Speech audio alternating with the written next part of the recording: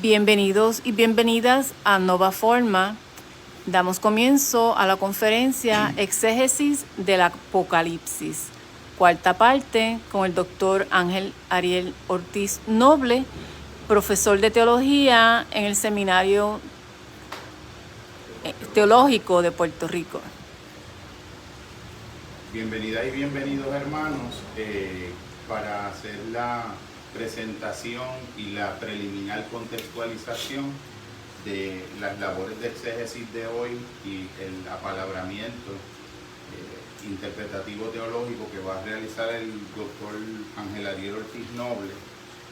Siempre partimos de la premisa, como parte de esta gesta cultural y psicoespiritual de desarrollo humano de Nova Forma, de los principios básicos tutelares que rigen ese espacio, que es una aventura de la heterogeneidad del pensamiento, pero también del rigor de la creencia también. Partimos de la premisa siempre del carácter esencialmente de mesa y banquete comunitario, antijerárquico y democrático de la aventura de las ideas, desde la perspectiva de que todo lo sabemos entre todos.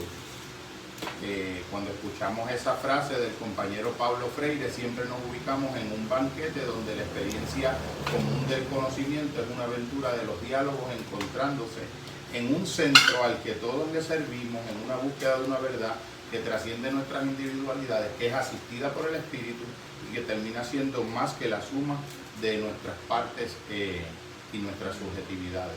También el planteamiento del teólogo de la liberación, Leonardo Boff, cuando plantea que nadie es tan rico como para que no pueda recibir algo de alguien, ni que nadie es tan pobre como para que no pueda darle algo a alguien.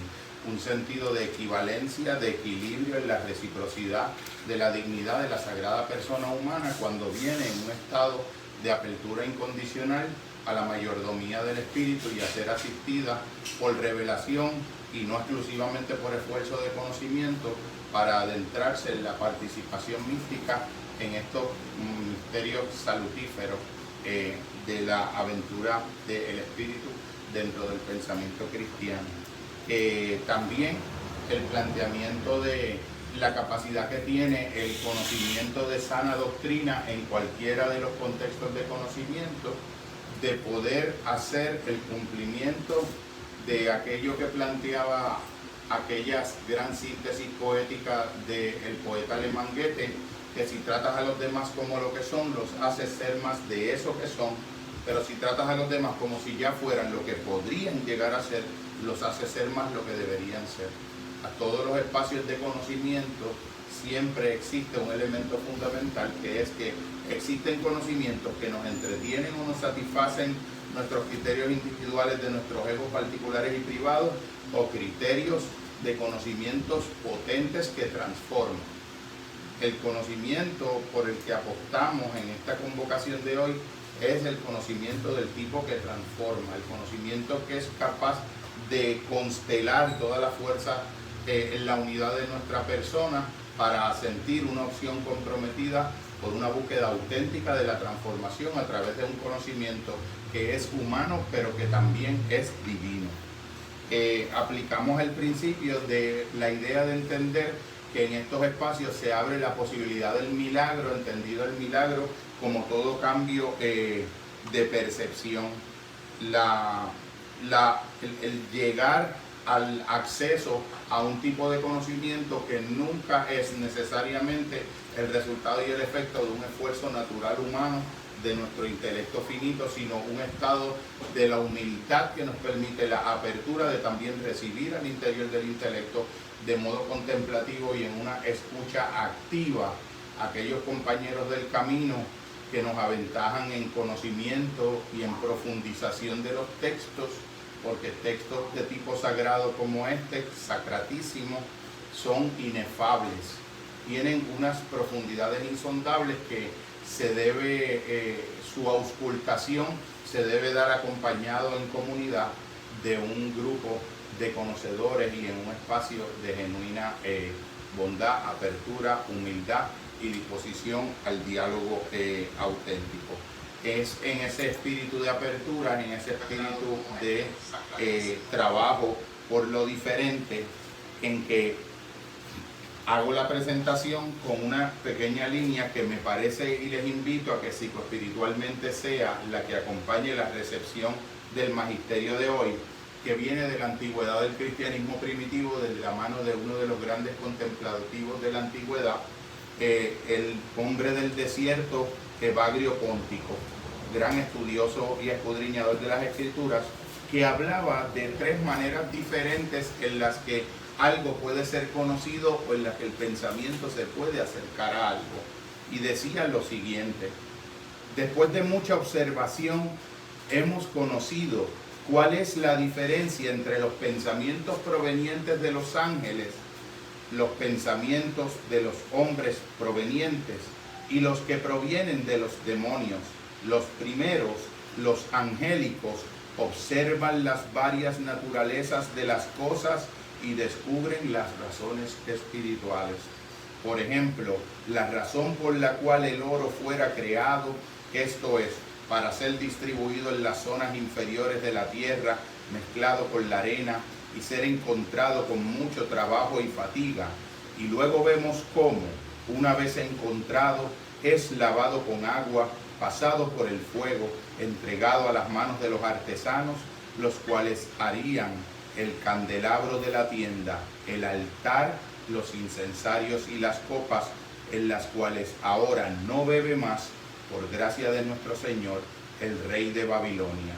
Por estos misterios arde el corazón de Cleofás, pero el pensamiento que nos emerge por obra de los demonios no sabe ni comprende todo esto, sino que nos sugiere descaradamente el afán por la posesión del oro sensible, indicándonos todo el placer y la gloria que nos colmará por adelantado en el futuro tenerlo.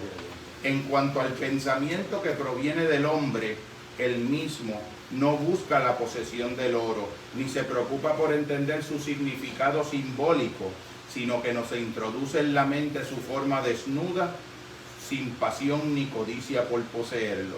Lo que decimos del oro es válido también para las otras cosas cuando este pensamiento es místicamente ejercido según esta regla, y que sea en el espíritu de la disposición del pensamiento a vivir y a recibir este magisterio desde un estado actitudinal angélico del pensamiento y de la contemplación de la mente, como recibimos a nuestro conferenciante, el doctor Ángel Ariel Ortiz Novo. Gracias, Jorge. Muy buenas tardes a todos. Añadiendo a la presentación de Jorge, quería indicar que también, aparte de ser profesor, soy ministro evangélico de la Alianza Cristiana Misionera en Puerto Rico. Y llevo el ministerio de aproximadamente 40 años. Comencé a ser pastor a los 29, estuve 18 años pastoreando una de nuestras iglesias en el Cataño, y luego he estado sirviendo como pastor interino, evangelista, y ahora en la academia enseñando la palabra de Dios. Soy un humilde siervo del Señor, estoy al servicio de Jesucristo, de la iglesia suya y de la comunidad. De manera que lo que vamos a compartir es parte de mi experiencia, de mi búsqueda personal en las Sagradas Escrituras y de conocimientos adquiridos de otros. De manera que en ese contexto es que vamos a estar hablando.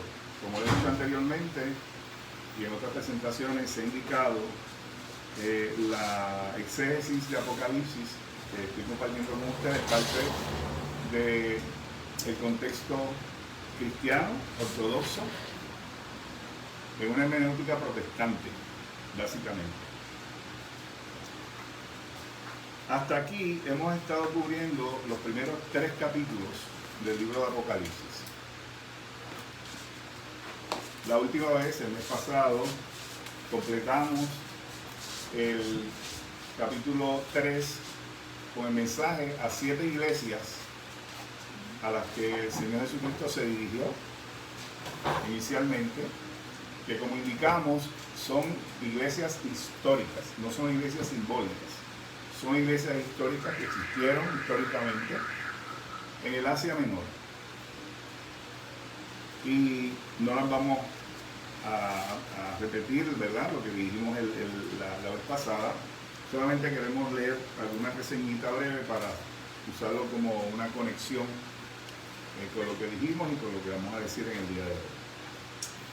Refiriéndose a la iglesia de la Odisea, decimos aquí, por séptima vez, porque son 7 iglesias, y última vez oímos la exhortación a escuchar lo que el Espíritu está diciendo a la iglesia, porque a cada mensaje de cada iglesia terminaba con la frase, el que tenga oídos para oír, oiga lo que el Espíritu dice a las iglesias. Se nos recuerda que los mensajes dirigidos en el primer siglo a las 7 iglesias de Asia son al mismo tiempo palabras pertinentes para la iglesia universal a lo largo de toda la historia. De manera que aquel mensaje a esas 7 iglesias aplica a la iglesia de todos los tiempos. Walwood lo llama una advertencia exhaustiva, en la que los peligros de perder nuestro primer amor, como Éfeso, el temor al sufrimiento, como Esmirna, la transigencia en cuestiones doctrinales, como Pérgamo, las componendas de carácter moral, como Tiatira, un estado de muerte espiritual, como la iglesia de Sardis, la falta de perseverancia potencial, como la iglesia de Filadelfia, y la tibia indiferencia de la Odisea se desarrollan con una sorprendente relevancia para la iglesia contemporánea. En otras palabras, en Arroyo Habichuela, cada mensaje a cada una de esas iglesias es pertinente para la iglesia de hoy. Por eso es que cada mensaje se leyó en cada iglesia. O sea, el mensaje en Éfeso, para Éfeso se leyó en las otras 6 iglesias. El mensaje de Tiatira se leyó en las 6 iglesias distintas. Y no solamente eso, sino que todo el libro de Apocalipsis se leyó en cada una de esas iglesias. Así que imagínense que ustedes una iglesia, Éfeso. Aquí está el lector leyendo Apocalipsis, desde el primer verso hasta el último. Y leyó el mensaje para Éfeso, pero leyó el mensaje de Tiatira, Filadelfia, la Odisea, Sardis, Pérgamo, Filadelfia. Terminó aquí, aquella gente se quedó con los ojos así de grandes, asombrados, posiblemente hubo preguntas, posiblemente quedaron con dudas, y el lector se va y le lleva ese libro a la otra iglesia, a Pérgamo. Y le lee todo el libro, incluyendo el mensaje para Éfeso, y así sucesivamente a las 7 iglesias. Así que ese es el contexto que se está dando en esta dinámica de la lectura de Apocalipsis. Y ya vimos al principio, en el capítulo 1, que el Señor dijo, bienaventurado el que lee y bienaventurados los que escuchan. O sea que el mensaje es un mensaje que iba a promover la bienaventuranza en los que escuchaban y en los que leían. Porque iba a ser un mensaje importantísimo para la iglesia en lo referente a ponerla alerta, a ponerla, a estimularla, a mantenerse firme en medio de situaciones difíciles que ya estaban viviendo, pero que también se avecinarían. Las cartas a estas iglesias históricas son dirigidas por el Espíritu Santo a nosotros hoy día.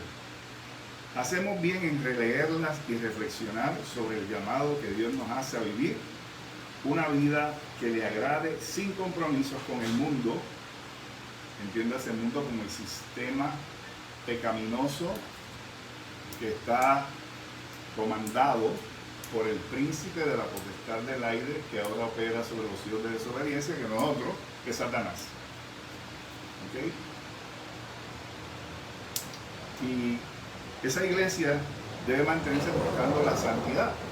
Santidad es un término bien común en las Sagradas Escrituras, que no significa otra cosa que vivir para Dios, alejándonos del pecado, de aquellas cosas que a Dios no le agrada, y vivir para Dios. Ese es el llamado de Apocalipsis a la iglesia. A pesar de los compromisos, de los sufrimientos con que nos vamos a encontrar como discípulos de Jesús, Dios nos asegura la victoria y una eternidad pletórica de gozo y paz si le somos fieles. El llamado a confiar en Él tiene su fundamento en que Él es fiel y estará con nosotros todos los días de nuestra vida hasta el fin del mundo, de acuerdo a Mateo 28:20, palabras textuales del Señor Jesucristo. Así que con esa conclusión entramos a los capítulos 4 y 5 del Apocalipsis, en donde vamos a ver una teofanía, un cuadro extraordinario de cosas que Dios le quiere mostrar a Juan y a la iglesia, porque esto que está viendo Juan, él lo pone por escrito y lo comunica a la iglesia. Y son capítulos puntuales en el libro de Apocalipsis, por lo que vamos a ver. Vamos entonces a leer el texto. Vamos a leer el capítulo 4, porque el libro de texto nuestro es la Biblia. El libro de texto por excelencia. Y lo vamos a leer porque si no lo leemos no podemos comprender, ¿verdad?, el contexto de lo que estamos hablando. Dice Juan: después de esto miré y he aquí una puerta abierta en el cielo, y la primera voz que oí como de trompeta hablando conmigo dijo: sube acá y yo te mostraré las cosas que sucederán después de estas. Y al instante yo estaba en el Espíritu, y he aquí un trono establecido en el cielo, y en el trono uno sentado. Y el aspecto del que estaba sentado era semejante a piedra de jaspe y de cornalina. Y había alrededor del trono un arco iris semejante en aspecto a la esmeralda. Y alrededor del trono había 24 tronos, y vi sentados en los tronos a 24 ancianos, vestidos de ropas blancas, con coronas de oro en sus cabezas, y del trono salían relámpagos y truenos y voces, y delante del trono ardían 7 lámparas de fuego, las cuales son los 7 espíritus de Dios. Y delante del trono había como un mar de vidrio semejante al cristal, y junto al trono y alrededor del trono 4 seres vivientes llenos de ojos delante y detrás. El primer ser viviente era semejante a un león, el segundo era semejante a un becerro, el tercero tenía rostro como de hombre y el cuarto era semejante a un águila volando. Los 4 seres vivientes tenían cada uno 6 alas, y alrededor y por dentro estaban llenos de ojos, y no cesaban día y noche de decir: Santo, Santo, Santo es el Señor Dios Todopoderoso, el que era, el que es y que ha de venir. Y siempre que aquellos seres vivientes dan gloria y honra y acción de gracias al que está sentado en el trono y al que vive por los siglos de los siglos, los 24 ancianos se postran delante del que está sentado en el trono y adoran al que vive por los siglos de los siglos, y echan sus coronas delante del trono diciendo: Señor, digno eres de recibir la gloria y la honra y el poder, porque tú creaste todas las cosas y por tu voluntad existen y fueron creadas. Amén. Amén. La visión del gran salón del trono de los capítulos 4 y 5 sirve para recordar a los creyentes que viven bajo la sombra de la inminente persecución, que el Dios omnipotente y omnisciente sigue teniendo control de la situación. Es importante subrayar que esta visión ha de entenderse en estrecha relación con las cartas a las iglesias que la preceden. Su propósito es aportar ánimo a los creyentes en su lucha presente y futura con el imperio, pero también recordarles que ellos están a sí mismos bajo su soberanía. Es decir, que no podemos leer el capítulo 4 y 5 y los siguientes capítulos, pero particularmente estos dos capítulos, desconectados de los capítulos previos. Debemos siempre recordar el contexto histórico. Son 7 iglesias que están ya trabajando, sirviendo, predicando, enseñando, y están bajo un ambiente tenso de persecución, de amenaza de persecución, no solamente del Imperio Romano, sino también de la religión judía, de los judaizantes. De manera que la iglesia está en un estado de tensión.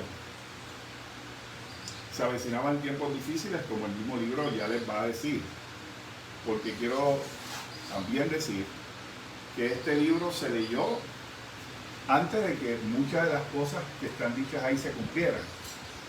Es decir, que ellos lo leen o lo escuchan, pero mucho de lo que dice ahí todavía ellos no habían pasado por eso, lo estaban comenzando a pasar. De manera que cuando ellos terminan de leer el libro, muchos de ellos muy posiblemente deberían haber reaccionado con temor, con miedo, humanos al fin. Entonces, la intención de estos capítulos, así como los últimos 2 capítulos o 3 de Apocalipsis, es infundir paz, tranquilidad, indicándole a la iglesia de que a pesar de todas las cosas que se dicen que van a ocurrir, a las que la iglesia van a ser sometidas, todos aquellos eventos relacionados con la bestia, con el dragón, y toda esa simbología de los demonios, que a pesar de todo eso, y de los juicios que van a caer sobre la tierra, que ellos no habían visto, pero que están muy, muy meticulosamente descritos con palabras metafóricas, simbólicas y demás, pues que a pesar de eso, ellos tenían que saber que esas cosas no van a ocurrir por causas fortuitas, sino que son parte del plan divino, que residen en la soberana voluntad de Dios y que Dios está en control de todas esas cosas. Así que a la iglesia de hoy le compete esta misma exhortación. A pesar de lo que esté pasando en el mundo, veníamos caminando, veníamos en camino acá, mi hermano, mi cuñada, y estábamos hablando de un montón de cosas que están pasando en el mundo, que decíamos que muchas de ellas nosotros ni siquiera sabemos que están ocurriendo porque no nos enteramos, porque la prensa puertorriqueña no las cubre, ni la prensa americana posiblemente, pero son catástrofes, son situaciones difíciles, peligrosas. Pero la iglesia cristiana está siendo sometida en muchos países a persecución. Hay amagues de persecución y hay otros países en donde ya la iglesia está siendo perseguida. Iglesia cristiana, católicos, evangélicos, estamos siendo perseguidos. Se está privando de la libertad de adoración. Ya hay indicios en México, en Chile y en otros países de Sudamérica de legislación para limitar y coartar el derecho inalienable que tenemos los seres humanos de adorar a Dios libremente. Así que ante esa situación nos conviene leer el Apocalipsis, porque a pesar de esos vientos difíciles que van a azotar nuestras vidas, nuestras instituciones, Dios está en control. Dios nunca ha perdido el control de nada. A Dios nadie lo maneja, Él lo maneja solo. Y eso es lo que Juan, el Espíritu Santo, por supuesto, y Juan están compartiendo con la iglesia. En esta visión que hemos leído en el capítulo 4 de Apocalipsis, Dios le presenta a Juan la realidad de su soberanía. Es el Rey Supremo al cual toda la creación adora. El verso final del capítulo dice: Señor, digno eres de recibir la gloria y la honra y el poder, porque tú creaste todas las cosas y por tu voluntad existen y fueron creadas. Implica que Él tiene control de todas las cosas, pasadas, presentes y futuras. Describe la gloria de Dios con la esplendidez de piedras preciosas y su grandeza con los rayos y los truenos. Las figuras angelicales, incluyendo los 24 ancianos, son parte de la cohorte celestial. Así que cuando tú lees este libro, Juan, tú ves este capítulo, Juan está viendo cosas que nunca había visto. Y Dios quiere presentarle a Juan una misión extraordinaria de su persona, de su gloria, de los seres espirituales que lo rodean, dándole la seguridad y la impresión que ese Dios a quien están adorando esos ángeles, que ese Dios a quien le están rindiendo honor y pleitesía a esos 24 ancianos, figuras angelicales, que son parte de la estructura jerárquica celestial, le rinden culto y le ofrecen sus coronas, que ese Dios está ahí donde siempre ha estado. Y es interesante que uno de los textos dice, el verso 8, el texto que leímos, dice: y los 4 seres vivientes tenían cada uno 6 alas. Esos seres angelicales de 6 alas son los serafines, se llaman serafines. Y alrededor y por dentro estaban llenos de ojos y no cesaban de día y noche de decir: Santo, Santo, Santo. Eso no quiere decir que Dios es 3 veces santo, como muchas veces se ha implicado.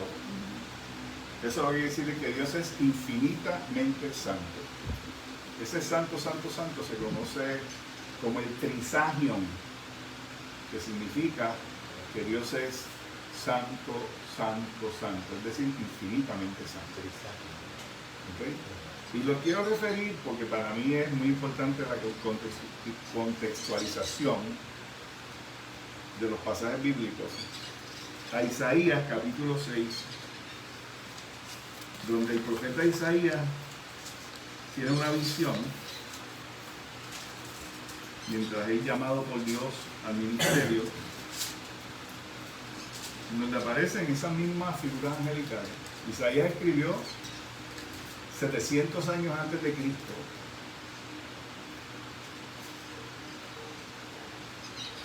Miren lo que dice Isaías en su libro, capítulo 6, dice: en el año que murió el rey Usías, vi yo al Señor sentado sobre un trono alto y sublime, y sus faldas llenaban el templo. Por encima de él había serafines, cada uno tenía 6 alas. Con 2 cubrían sus rostros, con 2 cubrían sus pies y con 2 volaban. Y el uno al otro daba voces diciendo: Santo, Santo, Santo, Jehová de los ejércitos, toda la tierra está llena de su gloria. 700 años después, Juan ve una visión parecida. ¿Qué dice eso? Que Dios siempre ha estado donde está, en su trono, gobernando, siendo adorado, siendo reverenciado. Y esta visión, precisamente, nos indica eso. ¿En qué coyuntura histórica está la escritura del Apocalipsis de Juan con respecto a la fecha posible del nacimiento de Jesús y su muerte? Muy bien. Juan escribe alrededor del 90, 95 después de Cristo. O sea que si El Señor Jesucristo nació en el 3 antes de Cristo y murió en el 33. Pues estamos hablando de 60 años. Juan escribiendo 60 años después de la ascensión, pero está escribiendo 760 años después de que Isaías tiene esta visión. ¿Ok? Quiere decir que cuando uno ve esa visión de Juan, escrita en el 90, y uno ve la visión de Isaías, uno tiene que concluir que Dios está donde siempre ha estado, controlándolo todo en su trono de gloria. Por supuesto, esto es una teofanía.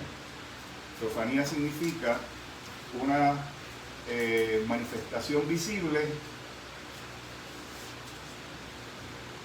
capaz de ser aprendida y resistida por el ser humano, de realidades invisibles, gloriosas, que de otra manera el ser humano no las podría resistir.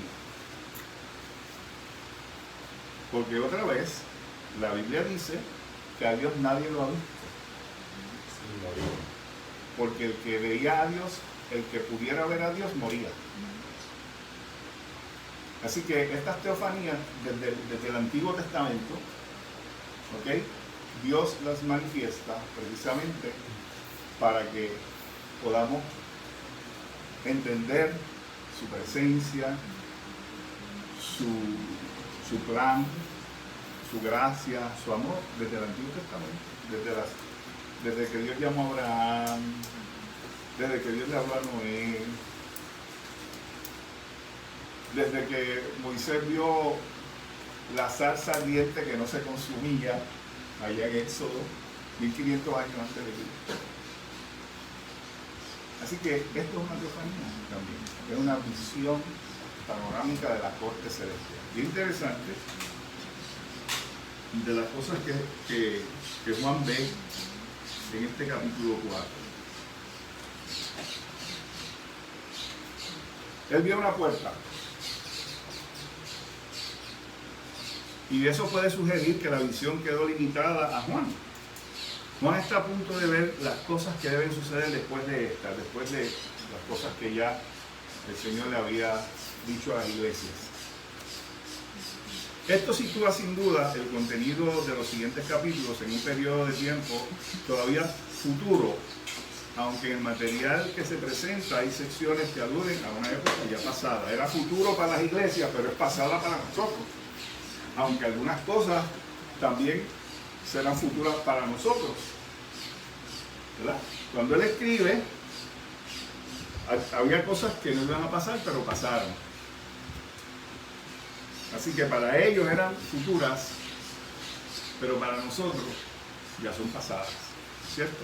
Ahora, ¿qué cosas todavía no han pasado? Bueno, la segunda venida de Cristo, por ejemplo, que está reseñada en el libro de Apocalipsis.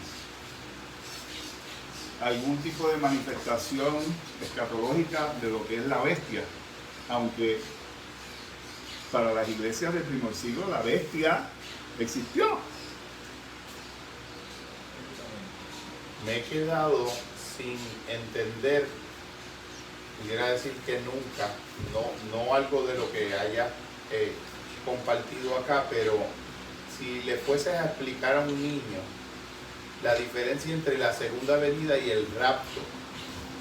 Los otros días con alguien me hacía el comentario y no podía hacer la distinción teológica. Si puedes hacer un... Sí, esto es sin prisa, ¿verdad? Claro. Esto es sin prisa y yo voy a plantear mi punto de vista. Claro. Aquí. El rapto, ese término, primero que no es bíblico. La palabra rapto no aparece en la Biblia. Búsquela y no la va a encontrar. Donde único aparece es la Vulgata Latina, una traducción del arrebatamiento, rapature. Ese es rapto. Pero en el griego no existe la palabra rapto. ¿Okay? Segundo, el concepto del rapto surge dentro de una escuela de escatología llamada dispensacionalismo. que es una escuela reciente del siglo XIX para acá.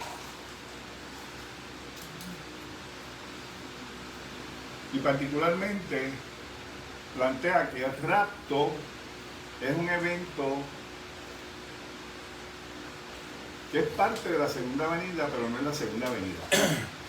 Es como que la segunda venida la distribuyen, ¿verdad? O la seccionalizan en varios eventos. Un rapto invisible, es decir, que el Señor Jesucristo viene, o sea, de acuerdo a Primera de Tesalonicenses capítulo 4, que es el pasaje que ellos utilizan, digo ellos porque yo no comparto esa visión. El Señor da la orden y la iglesia, solamente la iglesia, sube y los creyentes que han muerto en Cristo suben también. Es un rapto porque es como si alguien viniera de súbito, ¿verdad? Y se llevara a un grupo. Pero la Biblia le llama eso arrebatamiento, no rapto. ¿Ok? Y entonces la iglesia está ahí en el aire por 7 años. Lo que esa escuela teológica describe como las bodas del Cordero.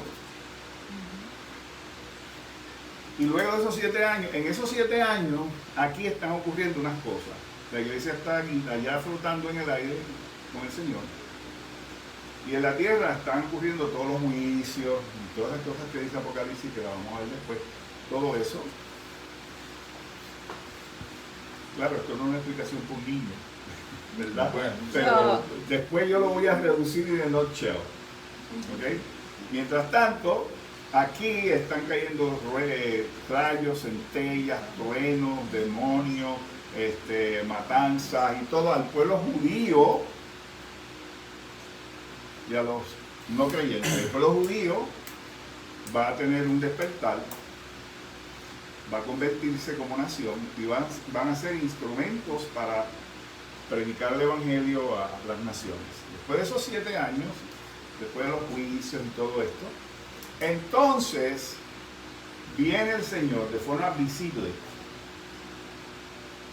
a la tierra con su iglesia, ejecuta los últimos juicios sobre esta tierra y establece entonces un milenio literal, un periodo de 1000 años literales donde él va a reinar en la tierra, después de lo cual resucitan las personas que han muerto sin Cristo, o sea, los no creyentes, para el juicio final.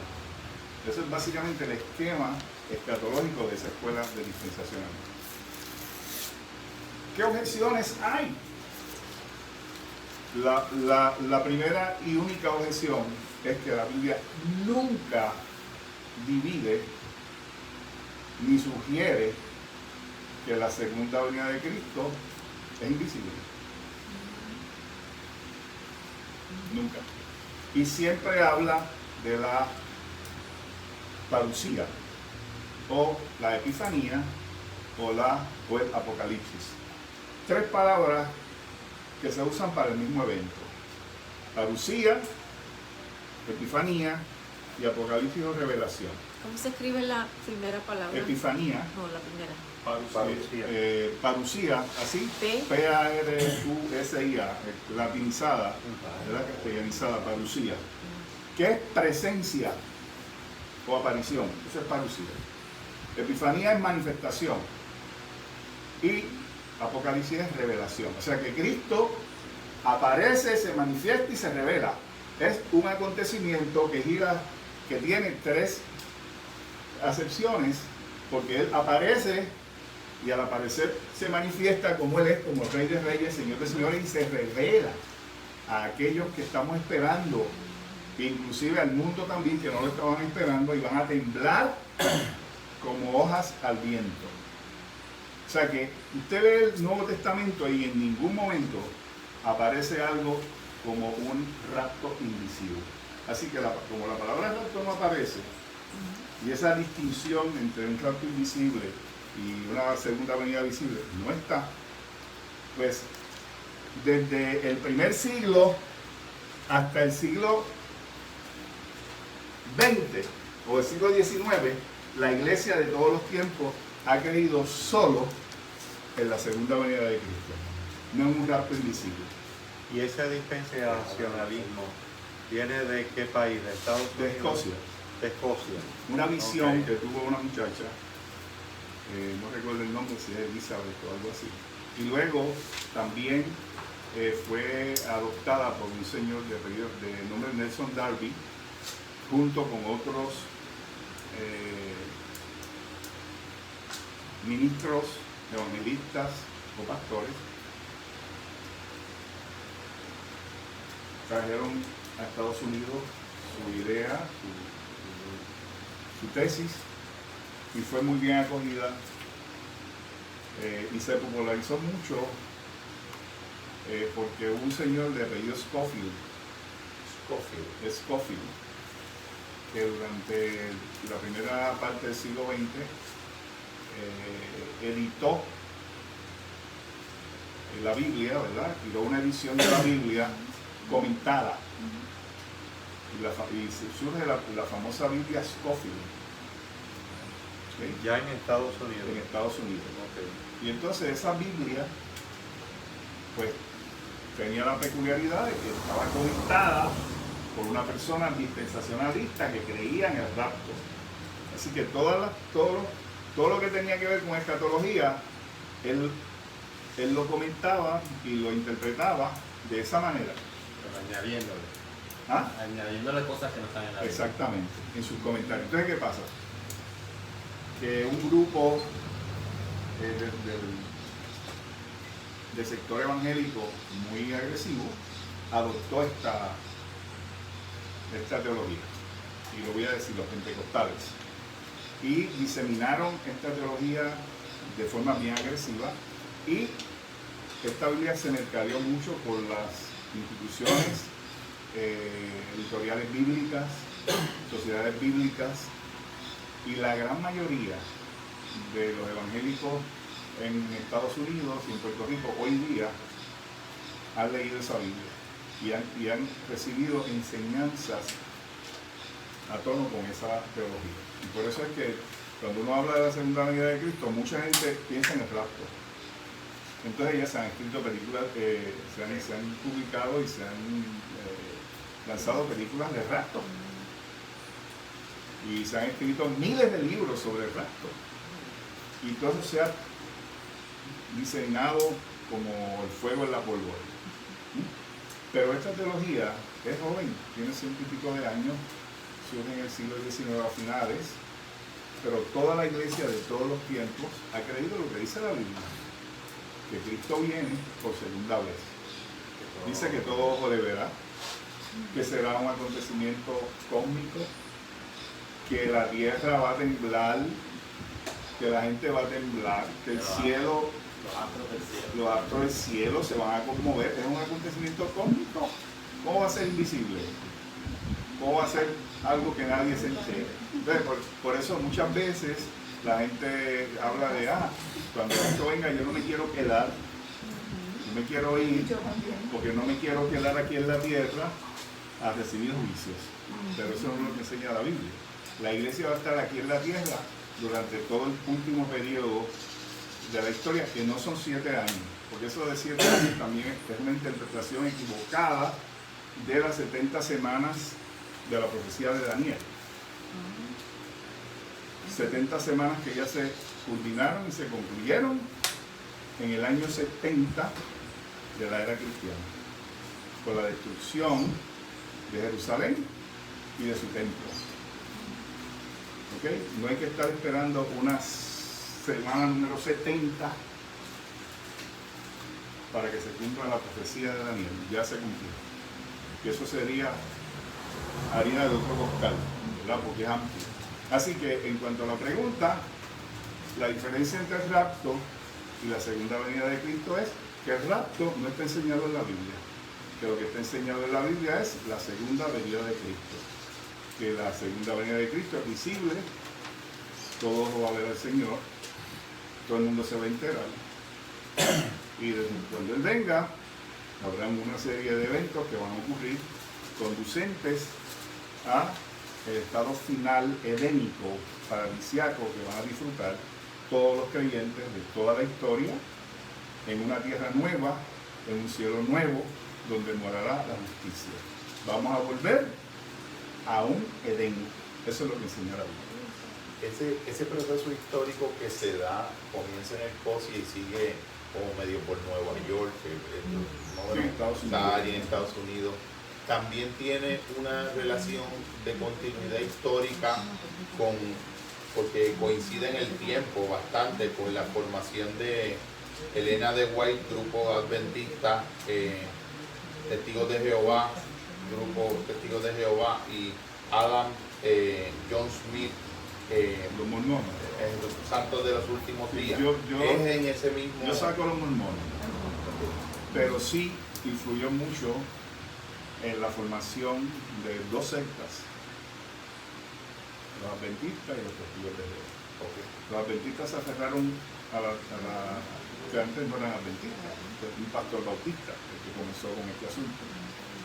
Se aferraron a la idea de que podían fijar una fecha, ya me estoy viendo, fijar una fecha de cuándo sería la segunda venida de Cristo, y comenzaron a usar la Biblia como si fuera Numerología cabalística, etcétera. Se dijeron, vienen en 1800 tal.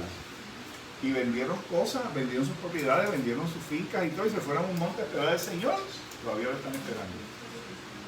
Dijeron, no, lo que pasa fue que no era esta fecha, es la siguiente fecha. Y fueron y volvieron y quedaron defraudados. Porque nadie sabrá el día en que el Señor vendrá. Él lo dijo, vengo como ladrón. Y en Apocalipsis lo vamos a leer, vengo como ladrón en la noche. Nadie sabe ni el día ni la hora en que va a venir. Entonces, pretenciosamente, con mucha prepotencia e ignorancia, mucha gente ha tratado de identificar la fecha. Entonces, ese grupo se divide.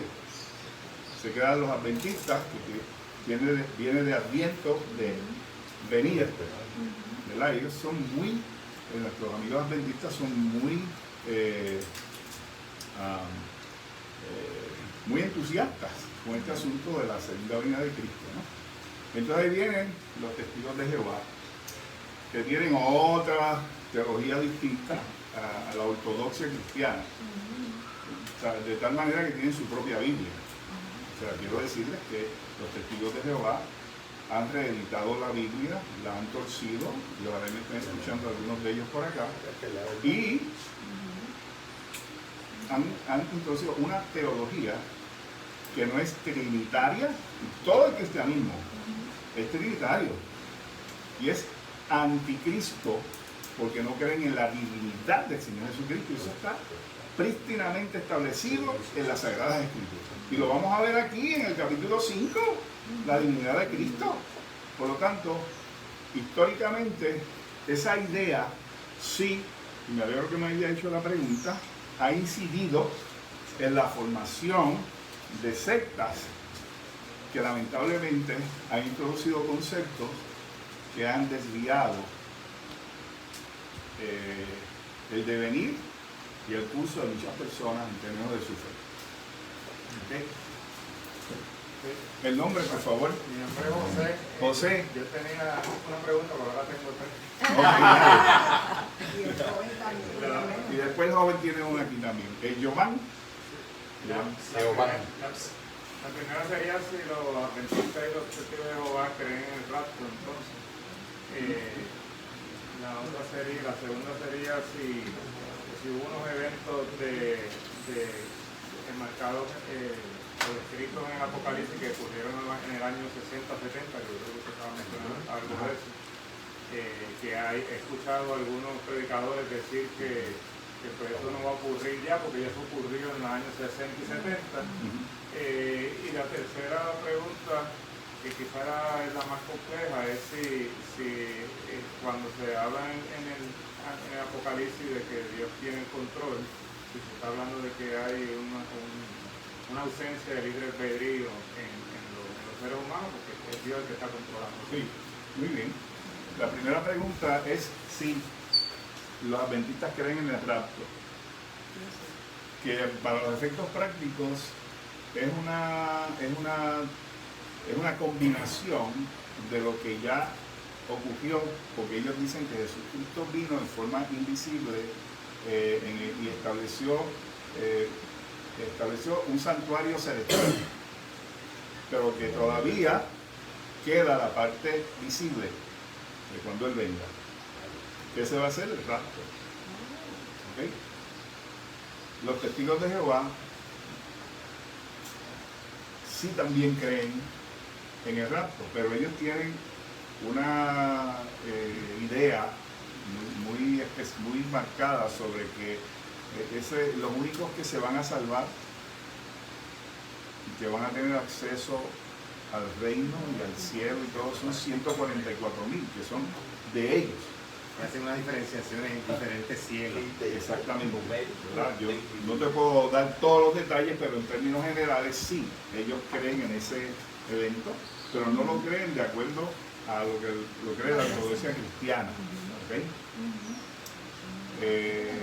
Porque, por ejemplo, nosotros vamos a plantear aquí que los 144,000 que habla el Apocalipsis no son ni los testigos de Jehová, ni son judíos literales.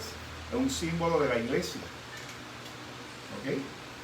Así que ya del saque estamos descartando lo que ellos creen.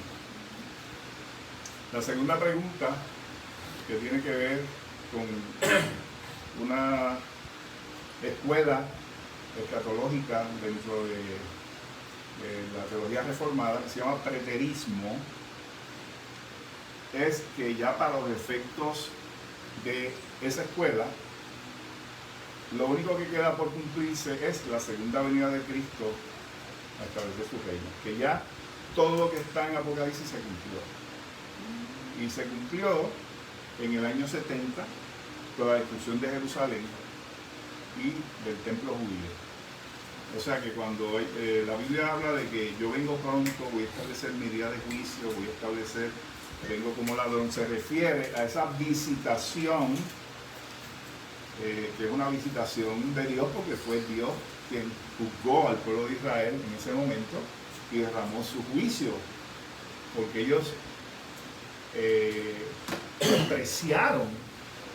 menospreciaron, execraron, blasfemaron lo más grande que tiene el cielo y nos presenta la vida, que es al Mesías, que es el Hijo de Dios, el unigénito, el santo unigénito de Dios, que es Dios, es la segunda persona de la Santísima Trinidad. De manera que como consecuencia de ese rechazo tan blasfemo, Dios juzga y castiga. Entonces, para los preteristas, Juan no escribió en el 90. Para los preteristas, Juan escribe en el 65, antes del 70. De manera que todo lo que dice Juan se cumpliera en el 70. ¿Ok? Alteraron la cronología para que favoreciera la interpretación profética que por adelantado habían suscrito. Sí, pero es una escuela que, aunque no está ampliamente difundida, sí se cree en algunos círculos de la teología reformada. Por ejemplo, los hermanos presbiterianos, muchos creen en el preterismo. Yo no sé si dentro del círculo católico hay preteristas o comilenialistas, pero los preteristas existen en el ala protestante, dentro del reformismo, en las denominaciones presbiterianas, el preterismo. ¿Okay? Hay un preterismo radical que dice no, ya todo lo que dice ella, incluyendo la segunda venida de Cristo, era simbólica y se cumplió en el 70. Ahora lo único que falta es el juicio y la renovación de la tierra para Dios establecer su reino aquí. Pero entonces hay un preterismo parcial que dice que sí, muchas de las cosas se han cumplido, excepto que cuando el Señor habla de He aquí vengo pronto, vengo como ladrón, en la segunda venida. Que habla de la segunda venida no se refiere a lo que ocurrió en el año 70. Se refiere a un acontecimiento futuro que es el que todos los cristianos estamos esperando. ¿Te contesté? Sí. Muy bien. Quería comentar que... Jehován. Sí, Jehová. Jehován. Jehová, como Jehová. la tierra, Iván. Jehován. Ok, dale. Pues, pasa mucho que en la iglesia, ¿verdad? Que parten de ideas de esas sectas en específico, denominaciones, que son atribuidas a símbolos que están en la Biblia, pero que se sacan mucho de contexto. Por ejemplo, ladrón de la noche. Ladrón de la noche es altamente cultural. ¿El qué? El ladrón de la noche. La idea de altamente tiene El ladrón, como ladrón en la noche. Ajá. es un símbolo, sí, divino, pero también atado mucho a lo que es la tradición, porque el ladrón de la noche viene siendo el supremo sacerdote, que a los sacerdotizos dormirse, él les prendía fuego. ¿Por qué? Porque los sacerdotizos supone que velaran el fuego, que no se apagara. Eso es en las tradiciones judías antiquísimas, que siempre ha sido así, pero eso representa, no es más bien como, es un susto, sí, pero no un susto como que alguien te robó, sino como que te cogí durmiendo. Sí. Y es esa connotación que tiene bien precisa, pero eso sucede con muchos otros símbolos, como estabas mencionando, lo de el rapto, que se sacan totalmente de contexto y sí tienen un simbolismo muy preciso, pero atado a los pilares lingüísticos, culturales, y que sí son espirituales, pero espirituales dentro, por ejemplo, cuando dice que va a volver a la senda antigua, ya está volviendo con los mesiánicos, todo eso está volviendo, pero no es solamente una cuestión de que estamos tratando de dar una búsqueda de dónde es que origina todo esto, sino la realidad de que antes se entendían, como cuando Abraham se encuentra con el faraón y él le dice, casi me hace caer en pecado, diciendo que eres tu hermana en vez de tu esposa. Entonces la palabra pecado sí tiene un símbolo que no se limitaba a las tradiciones judías, sino que parte de un simbolismo que no es continuo, que es atemporal de lo que es pecado, que es perder el camino a la senda. Muy bien, Jehová. En términos de lo que estabas indicando sobre el concepto de ladrón en la noche, esa es una tradición, yo desconocía ese aspecto, pero bíblicamente no aparece una tradición al respecto. Lo que sí, yo estoy de acuerdo contigo en que es contextual. Todo el mundo sabía lo que era un ladrón y todo el mundo sabe que los ladrones no avisan, que cuando ellos dan el atraco lo hacen sorpresivamente. Entonces la idea de ladrón en la noche es precisamente, no es que van a robar, sino que va a ser de súbito, sorpresivamente, sin avisar. Por eso es que Pablo, cuando habla de ladrón y cuando Cristo dijo vengo como ladrón, es que vengo sin avisar. Por eso es que uno... Pero es una invitación a que el alma permanezca en una vigilia y en un estado de alertamiento. La idea es que hasta en el sueño durmiendo. Exacto, la idea es que usted es alerta. Y hay forma... ¿Y qué es estar alerta? Estar caminando en santidad, buscando de Dios, estar pendiente de servirle, vivir para Él. Eso es estar alerta. Como aquellas vírgenes prudentes que mantuvieron su lámpara encendida, que es un símbolo también, ¿no? Entonces, el concepto de vengo como ladrón significa que a mucha gente los va a coger de sorpresa. Al cristiano no los va a coger de sorpresa. Exacto. La Biblia es clara. Y como estamos en el tema, lo siento mucho que tenga que hacer referencia a una parte de la Biblia para cerrar, ¿verdad?, el asunto de vengo como ladrón. Así que dejamos un poquito Apocalipsis y vamos a buscar, los que tengan Biblia, en Primera de Tesalonicenses, capítulo 5. Primera de Tesalonicenses, capítulo 5. Y esto está buenísimo. Y mire lo que les voy a leer, que es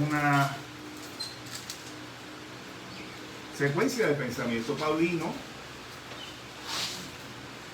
relacionado con su enseñanza de la segunda venida de Cristo y del arrebatamiento de la iglesia. Y dice,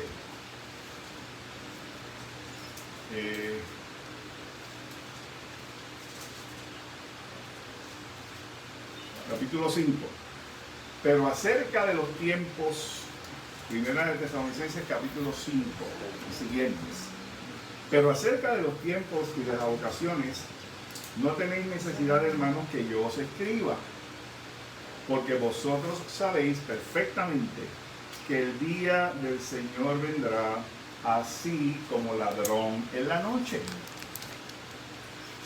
Que cuando digan paz y seguridad, es decir, tú estás chévere, chilling, damos las papas, vendrá sobre ellos destrucción repentina como los dolores a la mujer encinta y no escaparán, porque hay una dimensión de juicio también en la segunda venida. O sea, la segunda venida tiene dos dimensiones: la dimensión de gloria, de recompensa, de bendición para los creyentes, pero la dimensión de juicio, tribulación y angustia para los no creyentes. Ahora se refiere ahora, mire lo que le dice a la iglesia, lo que te dice a ti y a mí: mas vosotros, hermanos, no estáis en tinieblas para que aquel día os sorprenda como ladrón. Quiere decir que a quienes son los que serán sorprendidos como ladrón: los que estén viviendo en tinieblas. ¿Y quiénes son los que viven en tinieblas, en ausencia de la luz? Los que todavía no tienen a Cristo en su vida, porque Cristo dijo: yo soy la luz del mundo.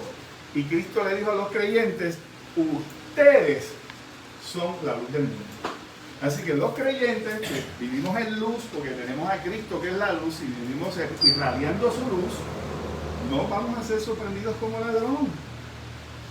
Solo los que viven en tinieblas serán sorprendidos como ladrón. Porque todos vosotros, los cristianos, sois hijos de luz e hijos del día. No somos de la noche ni de las tinieblas. Por tanto, no durmamos como los demás, sino velemos y seamos sobrios, que es lo que me planteó Jorge hace un poco y Giovanni también, de que el cristiano por antonomasia está despierto realmente. Cuando Pablo dice no durmamos, es una exhortación a mantenernos como lo que estamos, alerta. Pues los que duermen, de noche duermen, y los que se embriagan, de noche se embriagan. Pero nosotros, que somos del día, seamos sobrios, habiéndonos vestido con la coraza de fe y de amor, y con la esperanza de la salvación como yelmo. Así que esa es la enseñanza, ¿verdad? Los cristianos, los que hemos entregado nuestra vida al Señor, los que creemos y tenemos fe en el Señor, no tenemos que tener miedo cuando hablen de la segunda venida, pues estamos ready, estamos listos, porque Él ya nos salvó. O sea, cuando uno entra en la teología, en la soteriología, que es la doctrina o teología de la salvación, uno sabe,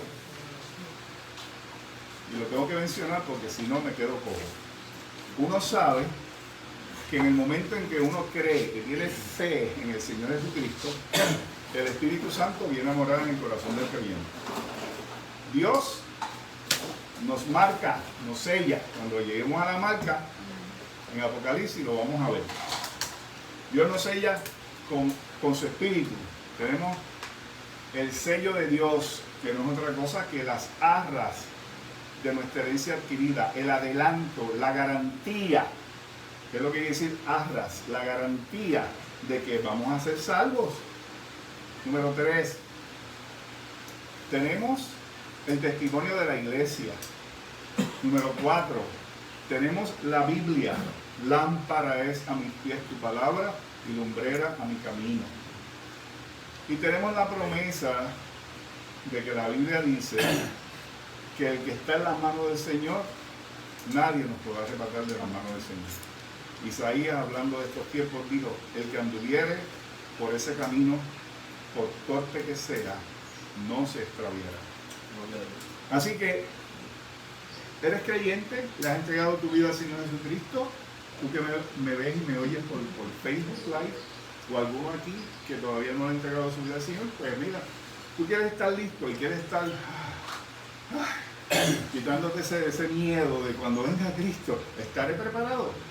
Para estar preparado lo que hay que hacer es creer en Cristo, arrepentirse de los pecados y vivir de acuerdo a lo que dice el Señor, con nuestra falta, con nuestras vulnerabilidades, con nuestras debilidades como seres humanos, pero siempre conscientes, ¿ok?, de que Él nos salvó y que nosotros somos suyos y queremos agradarlo.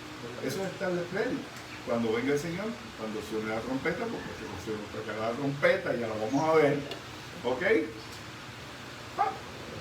Seremos transformados, subiremos al cielo, recibiremos al Señor y descenderemos con Él a establecer su reino. Así que con eso cerramos la respuesta del asunto del comentario de Giovanni y de José. ¿Ok? ¿Alguna otra pregunta? Just in case. En un momento dado, en la introducción de tu formidable libro de Dietrich Bonhoeffer, tú hiciste un recuento como de 3 párrafos pequeños de cómo se fue dando tu proceso evolutivo y tu maduración, la maduración de tu pensamiento teológico, tu punto de partida como joven creyente en las iglesias cristianas de tu infancia de Vega Baja y a lo largo del camino. Entonces utilizaste, creo que un término donde decías que era dispensacionalista, no milenarista, o que hubo como una transición. Sí. Si tú la pudieras... Está bien, sí, vale, es importante, pero los que quieran adquirir el libro está disponible, ya que lo menciona, y es bueno aclararlo para que ya no tengas que preguntarme cuando adquieras el libro. Mira, yo también fui nutrido y bebí de las aguas del dispensacionalismo. ¿Por qué? Porque el dispensacionalismo arropó Puerto Rico y ha arropado gran parte del mundo cristiano en el mundo entero. Y nuestra denominación es una denominación que no es confesional, es una denominación que lo que tiene es una declaración de fe. Al decir que no es confesional, quiere decir que nuestra denominación no tiene una confesión formal, teológica, como lo tienen los reformados, los presbiterianos, los católicos y los luteranos. Creo que los bautistas tienen una confesión teológica. Digamos, está la confesión de Westminster, está la de Concordia, está la de Heidelberg y demás. De manera que tenemos unos 11 puntos de fe que son básicos al cristianismo, y no hay ningún problema con eso. Pero la Alianza Cristiana y Misionera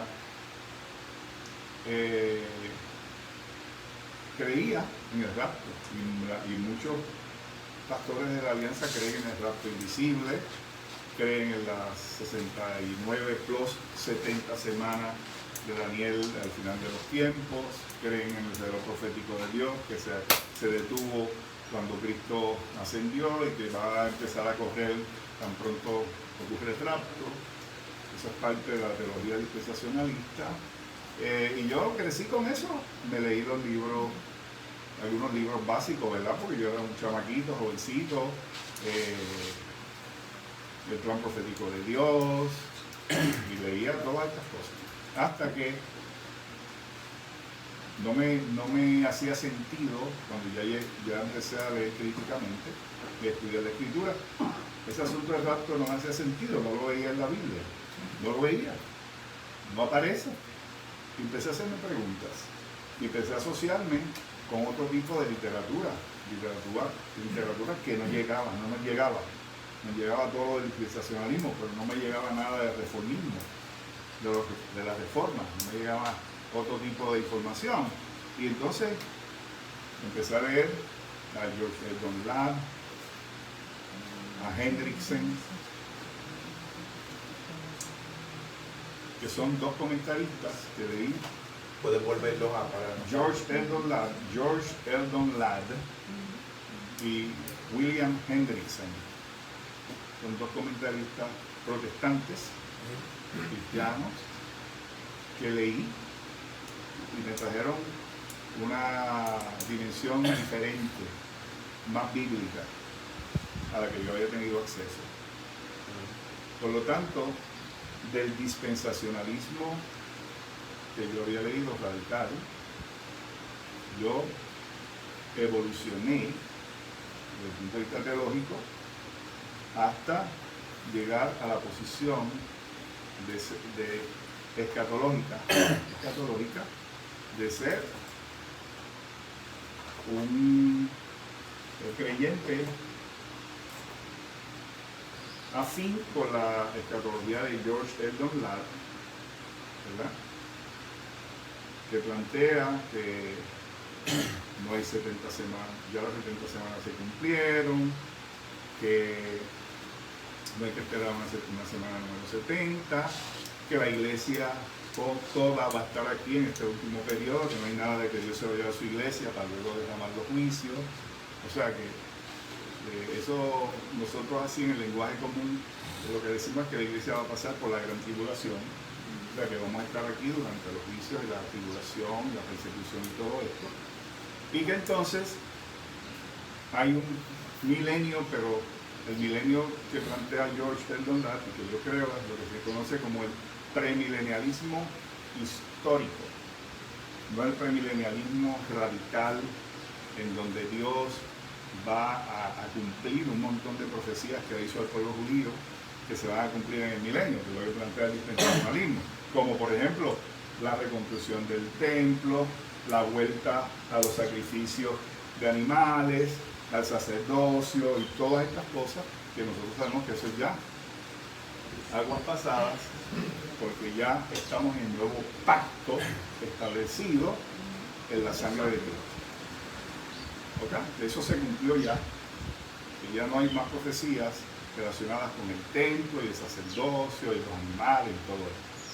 Así que yo comencé a evolucionar teóricamente, y al momento de yo escribir el libro o hacer mi tesis doctoral, pues ya yo tenía una visión distinta, escatológica, al punto que ya no creo en el ejército invisible, ya no creo en la semana número Septuaginta, que todavía no se ha cumplido, no creo que el templo se va a reconstruir en un momento dado en el milenio. Yo creo que Cristo está reinando cuando fue exaltado a la diestra del Padre, ¿verdad? Está reinando en nuestros corazones y está controlando como siempre, porque de Jehová es la tierra y su plenitud, el mundo y los que en él habitan, dice la Escritura en el Salmo 24. Y entonces, esa es la explicación. Empecé como dispensacionalista, escatológicamente hablando, y hago la salvedad porque voy a añadir otra cosita. Empecé como dispensacionalista, escatológicamente hablando en mi vida, pero ahora soy no dispensacionalista, soy reformado histórico. Pero añado que también mi soteriología cambió, que es la teología o la doctrina de la salvación. Mi cristología también cambió. ¿Okay? Y mi neumatología, es decir, la doctrina del Espíritu Santo, cambió también. Ahora, en este mismo instante, y lo estoy haciendo el disclosure público por primera vez, soy aliancista denominacional, pero teológicamente soy presbiteriano,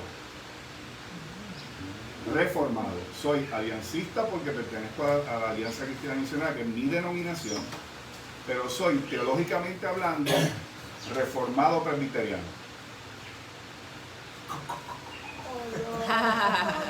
¿Okay?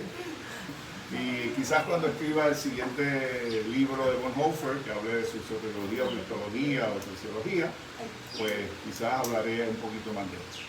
¿Tú lo llegaste a ver como un proceso orgánico, como de una especie de efecto de bola de nieve o desarrollo natural, si ibas de algún modo repensando reflexivamente y redefiniendo y resignificando tu sentido del dispensacionalismo eso iba trayendo como un despliegue de un efecto en tu cristología, en tu soteriología, No. en tu neumatología, o fueron caminos diferentes? Fueron caminos distintos, particularmente la escatología, porque la escatología es algo atractivo, que nos llama la atención, particularmente a los jóvenes, a la gente que está empezando en la segunda venida de Cristo. Todo esto es un tema exuberante, ¿verdad? Muy atractivo. Así que, y no fue más orgánico, no fue sistemático. Seguro. Fue surgiendo, fue orgánico. Yo creo que fue, desde mi punto de vista, Fue desde el Espíritu Santo que me fue guiando, porque yo creo que lo que yo creo es la verdad, en términos escatológicos. ¿Okay? Y que el dispensacionalismo, como está planteado, no hace honor a la Escritura y no hace honor a una exégesis balanceada y correcta de las Sagradas Escrituras. que de algún modo tuviste la experiencia de autores que pretendiendo hacer exégesis bíblica sobrecargaban su exégesis de interpretaciones que en el fondo sustantivamente no emanaban del propio texto bíblico y eran aditamentos encubiertos en la experiencia que pasaban como elementos Sí, bíblicos. son explicaciones forzadas. Aquí no decimos en la literatura traídas por los pelos, ¿verdad? Y definitivamente el rapto es una de ellas, que es una doctrina, desde mi punto de vista, traída por los pelos. ¿Okay? ¿Por qué? La razón básica es esta.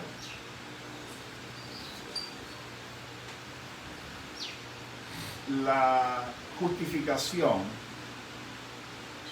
del rapto es que la iglesia, Dios no puede permitir que sufra. ¿Habrá algo tan antibíblico como eso? No, Cristo habló sobre él, de que vamos a sufrir por eso. La iglesia Ha es sufrido un ente siempre. sufriente desde que se fundó.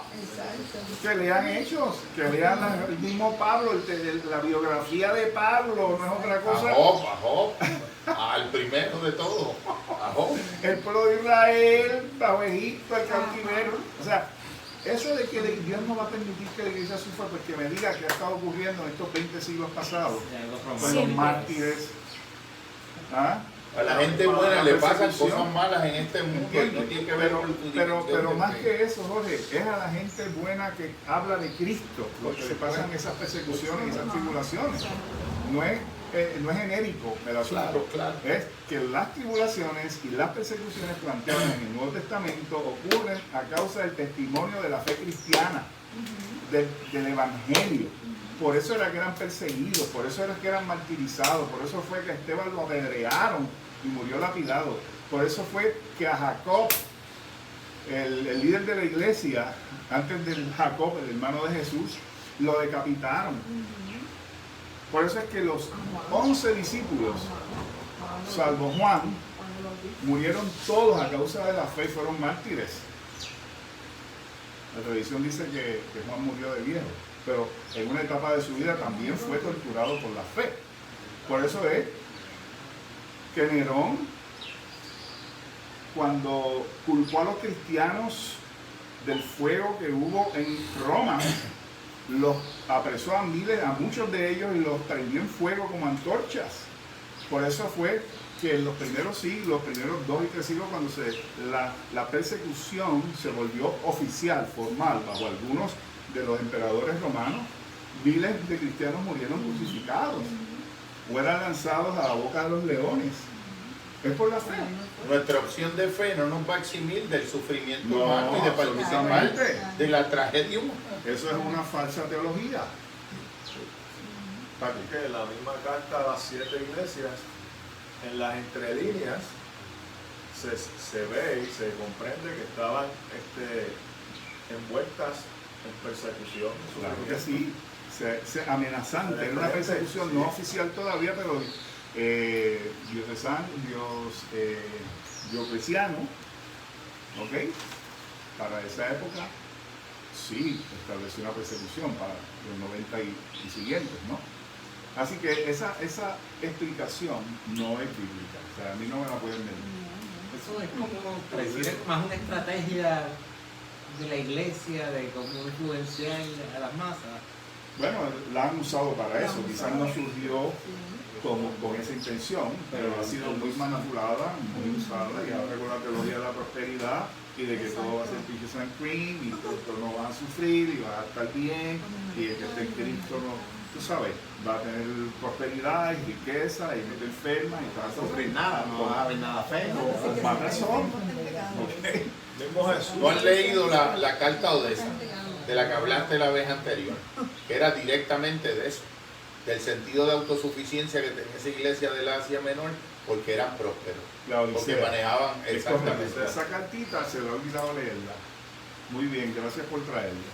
Una iglesia donde Cristo está afuera y tiene que estar tocando, estoy aquí, abre la puerta para que yo pueda estar en comunión contigo. La carta de Odisea, la última de las cartas del capítulo 3 de Apocalipsis. Y con esto terminamos la exposición de hoy. En términos generales, el capítulo 4 es un capítulo que plantea la soberanía de Dios, que presenta a Dios en todo su esplendor, en su santidad, que plantea la creación simbólicamente en los seres angelicales que tienen rostros de leones y tienen ojos por donde quiera y todo, eso es un símbolo de la creación, que tienen 6 alas porque, y se tapan la cara y los pies porque la santidad de Dios es tan maravillosa que no la pueden resistir, y por eso dicen santo, santo, santo. Nos presenta el esplendor de la corte celestial, 24 ancianos que son figuras angelicales con coronas y todas estas cosas, un mar de cristal, o sea, presenta el esplendor de forma teofánica de la corte celestial. Y entonces termina el capítulo con la gente, todo el universo entero adorando a Dios, rindiéndole culto, ¿verdad? O sea que es una nota porque en la adoración hay gozo, alegría, bendición. Cuando uno adora a Dios, qué bueno que es adorar a Dios, ¿verdad?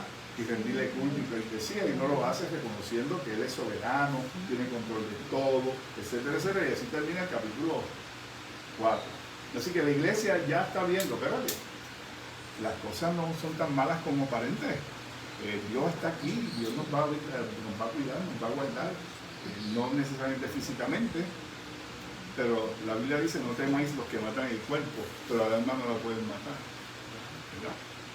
Por eso añade Jesús, dice: ni un solo cabello de vuestra cabeza perecerá, pero está hablando de forma simbólica.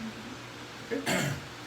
Y entonces, en la próxima intervención, entramos al capítulo 5, que es donde se presenta al Cordero inmolado, que no es otro, y nada más y nada menos que la figura central del cielo y de la Biblia y de toda la narrativa bíblica y de todo lo que tiene que ver con la salvación, que se llama Jesucristo, el unigénito Hijo de Dios. Nosotros vamos a ver eso y lo que eso implica y significa escatológicamente para la iglesia. Así que Dios les bendiga. Muchas gracias. Quería aprovechar una pequeña coyuntura de cierre y agradecer a mi compañero por estas contextualizaciones que son maravillosas e imprescindibles. A mí me parece que como nosotros intentamos acercarnos sugerentemente a un universo heterogéneo de audiencia, yo quería cerrar leyendo dos poemas emblemáticos de un gran poeta peruano de la indigenía de principios del siglo XX y hasta las primeras 3 lustros del siglo XX, el poeta César Vallejo, que me parece que aún desde su sentido laico encarnaba y tenía un parentesco muy fuerte con la ética central del cristianismo como una opción fundamental por los pobres, por el desfavorecido del mundo, por el vilipendiado y por una hambre y sed de justicia. Y me parece que estos dos poemas emplazan un poco y invitan a esa practicalidad, a esa vida del compromiso en la acción y de la síntesis entre la teoría y y la práctica de nuestro espacio confesional. Los 9 monstruos. Y desgraciadamente el dolor crece en el mundo a cada rato. Crece a 30 minutos por segundo, paso a paso. Y la naturaleza del dolor es el dolor 2 veces. Y la condición del martirio carnívora voraz es el dolor 2 veces. Y la función de la hierba purísima el dolor 2 veces. Y el bien de ser dolernos doblemente. Jamás, hombres humanos, hubo tanto dolor en el pecho, en la solapa, en la cartera, en el vaso, en la carnicería, en la aritmética. Jamás tanto cariño doloroso, jamás tan cerca remetió lo lejos, jamás el fuego nunca jugó mejor su rol de frío muerto. Jamás, señor ministro de salud, fue la salud más mortal y la migraña extrajo tanta frente de la frente y el mueble tuvo en su cajón dolor, el corazón en su cajón dolor, la lagartija en su cajón dolor. Crece la desdicha, hermanos hombres, más pronto que la máquina, a 10 máquinas, y crece con la res de Rousseau, con nuestras barbas, crece el mal por razones que ignoramos, y es una inundación con propios líquidos, con propio barro y propia nube sólida. Invierta el sufrimiento posiciones, da función en que el humor acuoso es vertical al pavimento, el ojo es visto, y esa ojera oída, y esta oreja da 9 campanadas a la hora del rayo, y 9 carcajadas a la hora del trigo, y 9 sones hembras a la hora del llanto, y 9 cánticos a la hora del hambre, y 9 truenos, y 9 látigos, menos un grito. El dolor nos agarra, hermanos hombres, por detrás, de perfil, y nos aloja en los cinemas, nos clava en los gramáfonos, nos desclava en los lechos, cae perpendicularmente a nuestros boletos, a nuestras cartas, y es muy grave sufrir. ¿Puede uno orar? Pues de resultas del dolor hay algunos que nacen, otros crecen, otros mueren, y otros que nacen y no mueren, otros que sin haber nacido mueren, y otros que no nacen ni mueren, son los más. Y también de resultas del sufrimiento estoy triste hasta la cabeza, y más triste hasta el tobillo, de ver al pan crucificado, al nabo ensangrentado, llorando a la cebolla, al cereal en general harina, a la sal hecha polvo, al agua huyendo, al vino un eque homo, tan pálida la nieve, al sol tan ardido. Como, hermanos humanos, no deciros que ya no puedo, y ya no puedo, con tanto cajón, tanto minuto, tanta lagartija y tanta inversión, tanto lejos y tanta sed de sed. Señor ministro de salud, ¿qué hacer? Ah, desgraciadamente, hombres humanos, hay, hermanos, muchísimo que hacer. Y el llamado implícito en este señalamiento casi de emplazamiento moral, un hombre pasa con un pan al hombro. Un hombre pasa con un pan al hombro. Voy a escribir después sobre mi doble. Otro se sienta, rasca, se extrae un piojo de su axila, mátalo. ¿Con qué valor hablar del psicoanálisis? Otro ha entrado en mi pecho con un palo en la mano. Hablar luego de Sócrates al médico. Un cojo pasa dando el brazo a un niño. Voy después a leer a André Breton. Otro tiembla de frío, tose, escupe sangre. ¿Cabrá aludir jamás al yo profundo? Otro busca en el fango huesos, cáscaras.